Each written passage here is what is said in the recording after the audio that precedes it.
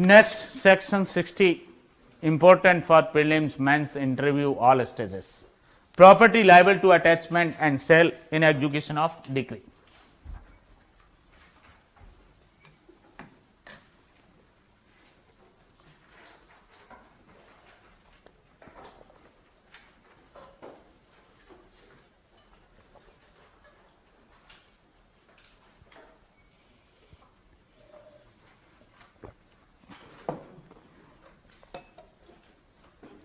Property liable to attachment and sale in execution of decree. Which property of the judgment debtor can be attached and sold in execution of the decree of civil court, and which properties are exempted from attachment and sale in execution of the decree? The properties which are liable to attachment mentioned under the subsection first of section 60, and property which are exempted from the attachment and sale mentioned in the proviso of the subsection first of section 60. The following property is liable to attachment and sale in execution of decree, namely land, houses, other buildings, goods, money, banknotes, check, bill of exchange, hundis, promissory notes, government securities, bonds or other security for money, debts, shares in corporation, and save as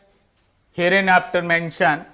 all other saleable property, movable or immovable, belonging to the judgment debtor or over which or the profit of which he has disposing power, which he may exercise for his own benefit, whether the same be held in the name of judgment debtor or by another person in the trust for him or on his behalf. All these properties, land, houses, other buildings, goods, money, banknote, check, bill of exchange, hundis, promissory note, government securities, bonds or other security for money, debts, share in corporation or other saleable property, whether movable or immovable, or any other property upon which the judgment debtor has the disposing power, all these property may be attached and sale in execution of the decree, save as provided in the proviso which are exempted from the attachment and sale. The proviso, there are so many clauses A to P, so many clauses A to P of the proviso. The following particulars shall not be liable to such attachment and sale, namely these properties which are mentioned under the clauses A to P of the proviso, exempted from the attachment and sale. Certain properties absolutely exempted, certain properties are partly exempted. The necessary wearing apparel, cooking vessels, beds and bedding of the judgment debtor, his wife, children, and such personal ornaments like Mangal Sutra, etc., in accordance with the religious usages cannot be parted with by any women. These are exempted from the attachment and sale in execution of the decree. Tools of partition. Tools of partition, and where the judgment debtor is an agriculturist, his implements of husbandry and such cattle and seed grain as may in the opinion of the court be necessary to enable him to earn his livelihood as such, and such portion of the agriculture produce or any class of the agriculture produce as may have been declared to be free from the liability under the provision of the next following section, means the section 61 of the CPC. Tools of partition and the implements of husbandry or the cattle and seed grain, etc., including the agriculture produce, shall be exempted from the attachment and sale in execution of the decree. Houses and other buildings. Houses or other buildings of which belonging to an agriculturist, laborer or the domestic servant and occupied by him. Houses and other building with the material and the sites thereof and the land immediately appurtenant thereto and necessary for their enjoyment, which is belonging to the agriculturist, laborer and the domestic servant, and in the occupation of the agriculturist and the laborer and domestic servant, such houses and other buildings are exempted from the attachment and sale in execution of decree. Books of accounts, a mere right to sue for damages, any right of personal service, stipends and gratuity and political pensions. Stipends, gratuity allowed to the pensioners of the government or of a local authority or of the any other employer, or payable out of the service family pension fund notified in the official gazette by the central government or the state government in this behalf, and the political pension. Stipends, gratuity and the political pensions are exempted from the attachment and sale in execution of decree. Next one, the wages of laborers, domestic servants, whether payable in money or in kind, are exempted from the attachment and sale in execution of decree. Salary to the extent of the first 1000 rupees and 2/3 of the remainder in execution of the any decree other than decree for maintenance. If any decree for payment of money etc. other than maintenance, then the how much portion of the salary is exempted from attachment, first 1000 and 2/3 of the remainder, provided that where the any part of the such portion of the salary as is liable to attachment has been under the attachment whether continuously or intermittently for a total period of 24 months, such portion shall be exempt from attachment until the expiry of the further period of the 12 months, and where the such attachment has been made in execution of the one and the same decree shall, after the attachment has continued for a total period of the 24 months, be finally exempt from the attachment in execution of the that decree. If certain portion of the salary is exempted for continuously or the intermittently for total period of the 24 months, after then that portion shall be exempted for 1 year, for 12 months, and after that period again the concerned portion may be attached in execution of the other decree. So far is concerned to the same decree, in execution of the same decree the such portion if attached for the total period of the 24 months, under the attachment for the 24 months, after the completion of that 24 months or equal to the 2 years, that portion of the salary absolutely exempted from the attachment as per this proviso of the clause I of proviso of subsection first of the section 60. Then 1/3 of the salary in execution of any decree for maintenance. If decree for maintenance, then the 1/3 portion of the salary is exempted only. 2/3 of the portion of salary may be attached in execution of the decree for maintenance. The pay and allowances of the person to whom the Air Force Act 1950 and the Army Act 1950 and the Navy Act 1957 applies. All compulsory deposits and other sums in or derived from the any fund to which the Provident Funds Act 1925 for the time being applies, insofar as that they are declared by the said act not to be liable to be attachment. All deposits and other sums, there are difference in the words. All compulsory deposits in clause K and K, all deposit and other sums in or derived from the any fund to which the Public Provident Fund Act 1968 for the time being applies, insofar as they are declared by the said act not to be liable to be attachment, such deposit or the other sums are exempted from the attachment.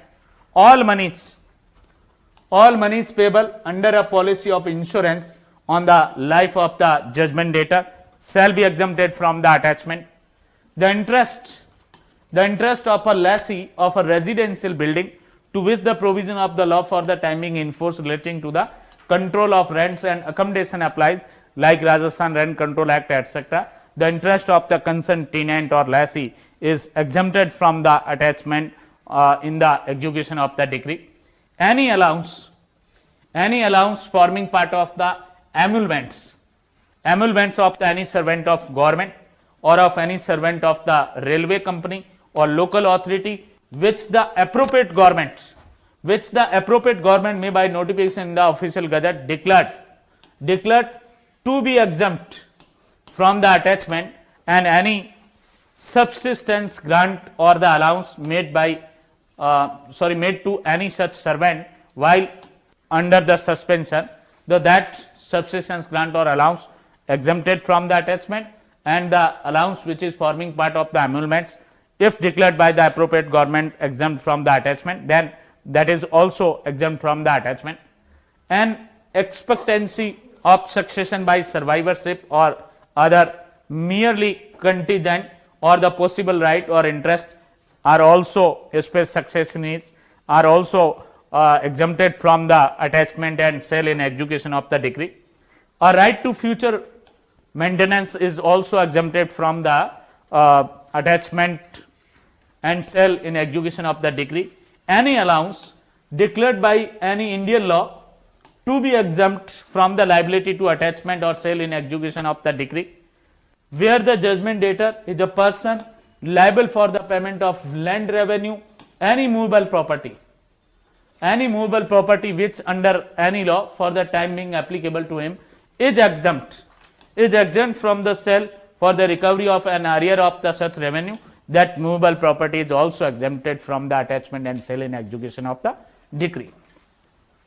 All these properties which cover under clauses A to P of the proviso of the subsection 1st of section 60, partly or absolutely where provided, like in case of salary the partly exemption is provided, but the certain properties like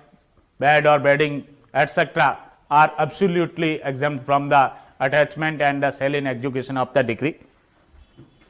Hindi में देखेंगे आप धारा 60 की उपधारा 1 और उसका परंतु, वह संपत्ति जो डिक्री के निष्पादन में कुर्क और विक्रय की जा सकती है। उपधारा 1 में देखेंगे आप निम्नलिखित संपत्ति जो है ये डिक्री के निष्पादन में कुर्क और विक्रय की जा सकती है। कौन सी?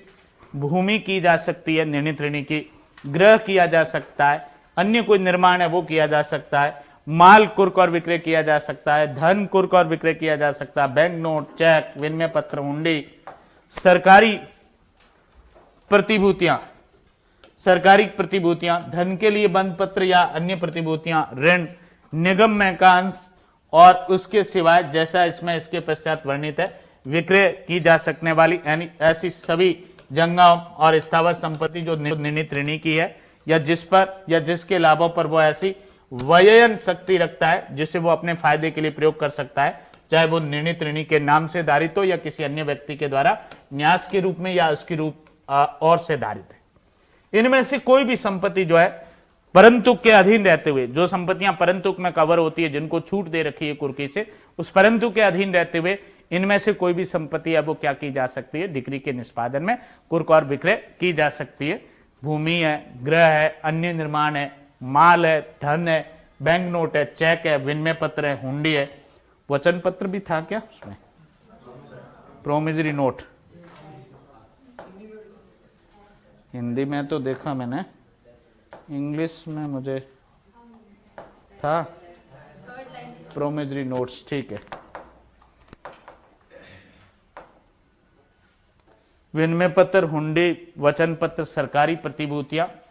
धन के लिए कोई बंद पत्र या अन्य कोई प्रतिभूति, ऋण, निगम अंश और इसके सिवाय हर जंगम और स्थावर संपत्ति जिस पर है वो निर्णित ऋणी को है वो विक्रय योग्य हित है, जिसको विक्रय करने का अधिकार है या जिसके वयन के बारे में वो शक्ति है वो निर्णित ऋणी के पास है, चाहे उसके स्वयं के नाम से वो संपत्ति धारित हो रही है या वो न्यास के रूप में कोई और व्यक्ति धारण कर रहा है या अन्यथा उसकी तरफ से कोई व्यक्ति धारण कर रहा है, इन सभी संपत्तियों को इस परंतु के अधीन रहते हुए डिक्री के निष्पादन में कुर्क भी किया जा सकता है और विक्रय भी किया जा सकता है। और जो है वो परंतुक में कवर होगी उनको पूर्ण रूप से या आंशिक रूप से छूट भी प्राप्त होगी। परंतु आप देखेंगे निम्नलिखित वस्तुएं जो है ऐसे कुर्क और विक्रय नहीं की जा सकती, मीन्स सिविल न्यायालय की डिक्री के निष्पादन में कुर्क और विक्रय नहीं की जा सकती। कौन सी संपत्तियां? निर्णित ऋणी, उसकी पत्नी और उसके बच्चों के पहनने के आवश्यक वस्त्र,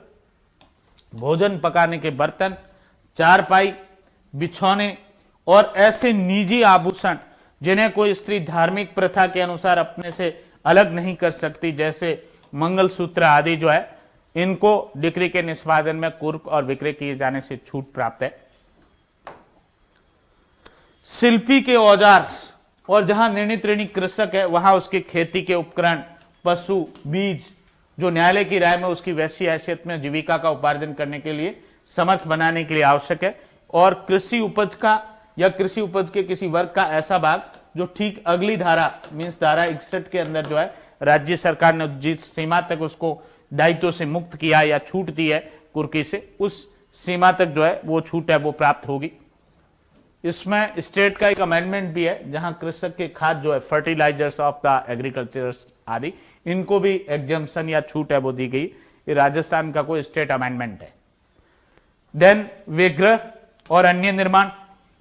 विग्रह और अन्य निर्माण और उनके मलबों और आस्थनों के तथा उनसे अविवृत रूप से अनुबंध और उनके उपभोग के लिए आवश्यक भूमि के सहित जो कृषक की है, वो गृह और अन्य निर्माण किसके हैं? वो कृषक के हैं या श्रमिक के हैं या घरेलू नौकर के हैं। ऐसे गृह या निर्माण जो कृषक के हैं, श्रमिक के हैं या घरेलू नौकर के हैं और उनके कब्जे में है या अधिभोग में भी है, उनको भी या वो सिविल न्यायालय की डिक्री के निष्पादन में कुर्की और विक्रय से वो छूट प्राप्त है। लेखा बहिया, लेखा बहिया जो है इनको भी सिविल न्यायालय की डिक्री के निष्पादन में कुर्की और विक्रय से छूट प्राप्त है। नुकसानी के लिए वाद लाने का अधिकार मात्र, इसको भी जो है वो सिविल न्यायालय की डिग्री के निष्पादन में कुर्क नहीं किया जा सकता। व्यक्तिगत सेवा कराने का अधिकार, ये भी पर्सनल राइट है और इसको अटैच है वो नहीं किया जा सकता। वे वृत्तिकाएं, उपदान और राजनीतिक पेंशन, वे वृत्तिकाएं और उपदान जो सरकार के या स्थानीय प्राधिकारी के या अन्य नियोजक के पेंशन धारियों को जो है या पेंशन भोगियों को अनुज्ञात है या किसी ऐसी सेवा कुटुंब पेंशन निधि में से जो केंद्र सरकार या राज्य सरकार द्वारा राजपत्र में अधिसूचना द्वारा इस निमित्त अधिसूचित की गई है, जिनको भी संदेह है ये ऐसी वृत्तिकाएं और उपदान और राजनीतिक पेंशन, एमएलए, एमपी आदि जो है पॉलिटिकल पोस्ट जो है उनकी पेंशन जो है वो भी सिविल न्यायालय की डिक्री के निष्पादन में कुर्क नहीं की जा सकती। श्रमिक और घरेलू नौकर जो है उनकी मजदूरी, वेजेस, चाहे वो नगद के रूप में या वस्तु के रूप में उनको है वो दी जा रही है, उसको भी जो है वो सिविल न्यायालय की डिक्री के निष्पादन से क्या कुर्की से छूट प्राप्त है। भरण पोषण की डिक्री से भिन्न किसी डिक्री के निष्पादन में वेतन का प्रथम 1000 रुपए और बाकी का 2/3। भरण पोषण की डिक्री से भिन्न कोई धन के संदाय की डिक्री है, धन की वसूली की कोई डिक्री है, तो उस डिक्री के निष्पादन के अंदर वेतन जो है उसका प्रथम 1000 को छूट प्राप्त होगी और 1000 को लैप्स करने के बाद शेष राशि बचती है उसमें से 2/3 को छूट होगी। शेष राशि में से भी 2/3 को है वो छूट होगी, तो शेष का 1/3 जो है वो मैक्सिमम अटैच है वो हो सकता है। परंतु जहां ऐसे वेतन के प्रभाग का जो कुर्क किया जा सकता है कोई भाग, कुल मिलाकर 24 माह की अवधि तक लगातार और आंतरिक रूप से जो है वो कुर्क रहा है, जब तक आगे की 12 माह की अवधि समाप्त न हो जाए,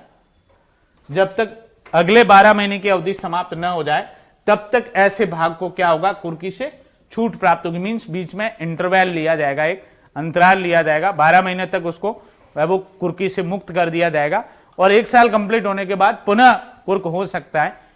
जहां ऐसी कुर्की एक ही डिक्री के निष्पादन में की गई है, वहां कुल मिलाकर 24 महीने की अवधि तक कुर्क की चालू रहने के बाद ऐसे भाग को उस डिक्री के निष्पादन में कुर्की से अंतिम रूप से या पूर्ण रूप से जो है वो क्या है, छूट प्राप्त होगी। दो अलग अलग बातें दे रखी है।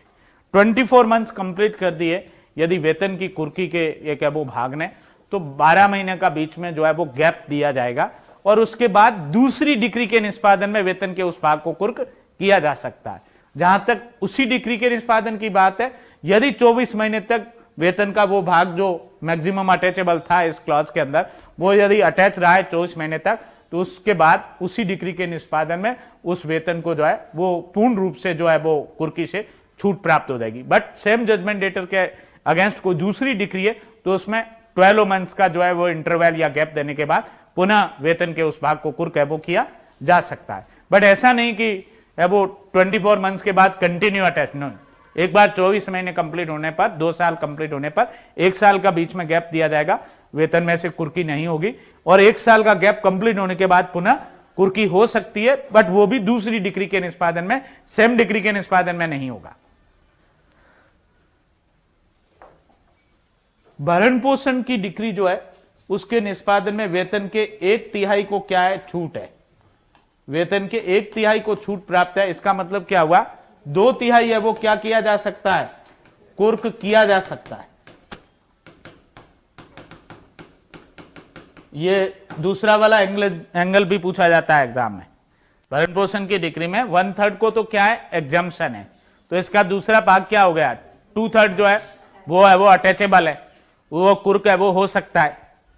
ऐसे व्यक्तियों के वेतन और भत्ते जिन पर वायु सेना अधिनियम 1950, सेना अधिनियम 1950 और नौसेना अधिनियम 1957 है वो लागू होते हैं। मीन सैनिक, नौसैनिक, वायु सैनिक और उनके अधिकारी आदि जो है उनके वेतन और भत्तों को भी सिविल न्यायालय की डिग्री के निष्पादन में क्या होगी, वो कुर्की से छूट प्राप्त होगी। किसी भी ऐसी निधि में के या उससे व्युत्पन्न जिसे भविष्य निधि अधिनियम 1925 तत्समय लागू होता है, सभी अनिवार्य निक्षेप और अन्य राशियां जहां तक कि उसके बारे में उक्त अधिनियम द्वारा यह घोषित किया गया है कि वो कुर्क नहीं की जा सकती। ये जो प्रोविडेंट फंड एक्ट है 1925 का, इसमें यदि जो कुछ कंपलसरी डिपॉजिट होते हैं कुछ एम्प्लॉय के पार्ट पे और कुछ एम्प्लॉयर के पार्ट पे, तो वो अनिवार्य जमा की गई राशि और जो अन्य राशियां जो है उन राशियों को यदि उस एक्ट में छूट दे दी है कि इसको 50% जो है वो एग्जम्पशन से छूट होगी या टोटली छूट होगी, जैसा प्रावधान दे रखा है वैसा ये राशियां जो प्रोविडेंट फंड में जमा है इन राशियों को कुर्की से वो छूट प्राप्त, ये डिपेंड करेगा उस 1925 के एक्ट में, अधिनियम में कैसा दे रखा है। पूर्ण रूप से छूट दे रखी है तो पूर्ण रूप से अटैचमेंट से छूट होगी, और यदि उसमें दे रखा है कि इनका है वो 50% है वो अटैच नहीं हो सकता, तो 50% अटैचेबल हो सकता है इन कंपलसरी डिपॉजिट और अदर अमाउंट्स में से। किसी ऐसी निधि में के या उससे व्युत्पन्न जिसे लोक भविष्य निधि अधिनियम 1968 तत्समय लागू होता है, सभी निक्षेप और अन्य राशियां, सभी निक्षेप और अन्य राशियां जहां तक कि उनके बारे में उक्त अधिनियम द्वारा यह घोषित किया गया है कि वो कुर्क नहीं की जा सकती। यदि ऐसा डिक्लेयर किया गया है उस एक्ट में, तब तो ये जो डिपॉजिट अमाउंट है वो ऑल डिपॉजिट और ऑल अमाउंट या अदर अमाउंट, जो सभी जमा राशियां हैं या अन्य राशियां, कोई इंटरेस्ट वगैरह उनका जो हुआ है वो क्या होगा, वो अटैचेबल है, वो नहीं होगा, छूट होगी। ये डिपेंड करेगा उस 1968 एक्ट के प्रोविजन में। कहीं यदि ऐसा दे रखा है एग्जम्पशन का, तब जो एग्जम्पशन है वो लागू होगी। निर्णित ऋणी के जीवन पर बीमा पॉलिसी के अधीन संदेह सभी धन, मीन्स निर्णित ऋणी ने कोई जीवन बीमा पॉलिसी ले रखी है और उस जीवन बीमा पॉलिसी में जो इंश्योरेबल अमाउंट्स है, जो बीमा योग्य राशि है, उस राशि को है वो सिविल न्यायालय की डिग्री के निष्पादन में कुर्क नहीं किया जा सकता। किसी ऐसे निवास भवन के पट्टेदार का हित,